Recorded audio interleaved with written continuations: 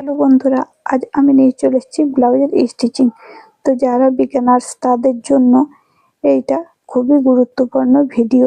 তো যারা ভাবছেন যে সেলাই শিখবো আর কিভাবে শিখবো, তারা কিন্তু আমার চ্যানেলে ভিজিট করলে প্রত্যেকটারই কাটিং বা স্টিচিং ভিডিও পেয়ে যাবেন। তাহলে এইটাকে দেখুন, আমি ফ্যাব্রিকটাকে আগে আমি লাইনিংটা কেটে নিই। লাইনিংটা কাটার পরে কিন্তু লাইনিংটাকে বসিয়ে ফ্যাব্রিকটাকে কেটে নিই। কেটে নেওয়ার পরে এইগুলোকে কিন্তু এক পার্টটাকে আমরা যে লাইনিংয়ের সঙ্গে ফ্যাব্রিকটাকে চিটিয়ে নিই। সব পার্টগুলোকে এইভাবে কিন্তু চিটিয়ে নেব। সব হাত দুটোকে পিছন পার্ট বা আগের যে কোনো পার্টগুলো সবগুলোকে এইভাবে চিটিয়ে নেব।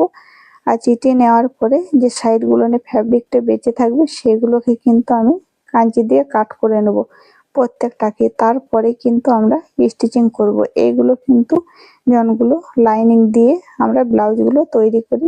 সেই জন্য এই প্রসেসটা করলে ব্লাউজে লাইনিং থাকে, ফ্যাব্রিকটা সরবে না, আর ব্লাউজটা ফিনিশিংটা ভালো আসবে।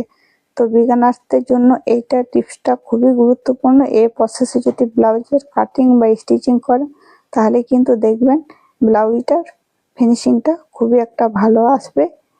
আর যারা সেলাই শিখতে চান আমার চ্যানেলে ভিজিট করুন, প্রত্যেকটা কাটিং বা স্টিচিং ভিডিও পেয়ে যাবেন।